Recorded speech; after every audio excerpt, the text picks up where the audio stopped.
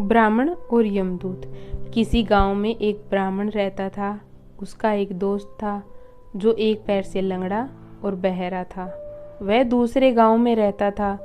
एक दिन वह ज्ञानी ब्राह्मण अपने बचपन के मित्र से मिलने के लिए घर से निकला। उसका घर काफी दूर था। वह ब्राह्मण रास्ते में जा ही रहा था कि उसे अचानक एक हष्ट-पुष्ट आदमी दिखाई दिया। वह भी उस ब्राह्मण के साथ चलने लगा तो वह ब्राह्मण उस मनुष्य का नाम पूछता है तो वह अपना नाम महाकाल बताता है। ब्राह्मण भी सोचने लगा कि मुझे भी काफी लंबा जाना है, चलो एक साथ मिल गया जिससे रास्ता आसानी से कट जाएगा। अब ब्राह्मण और महाकाल दोनों साथ साथ चल रहे थे कि अचानक एक गांव आ गया।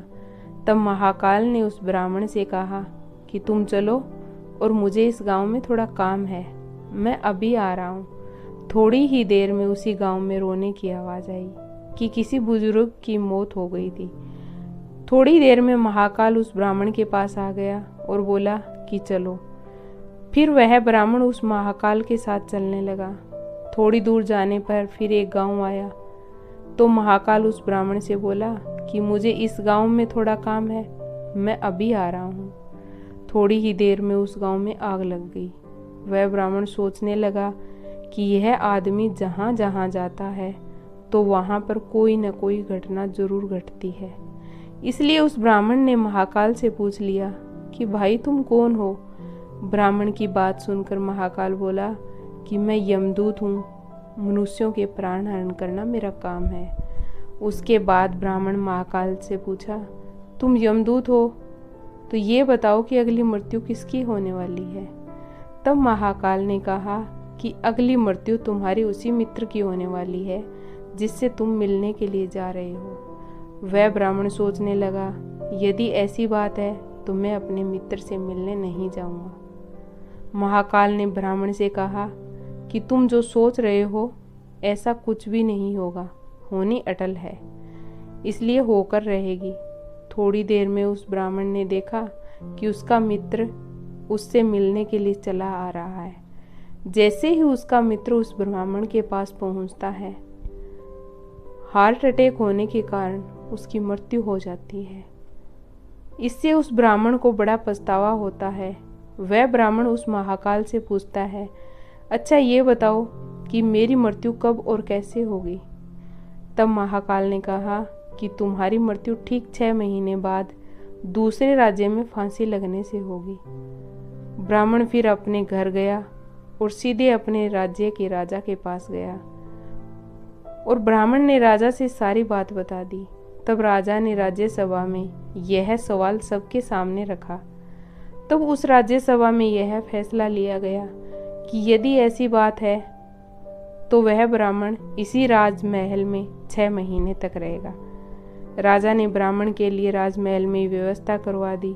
धीरे धीरे समय व्यतीत हो रहा था।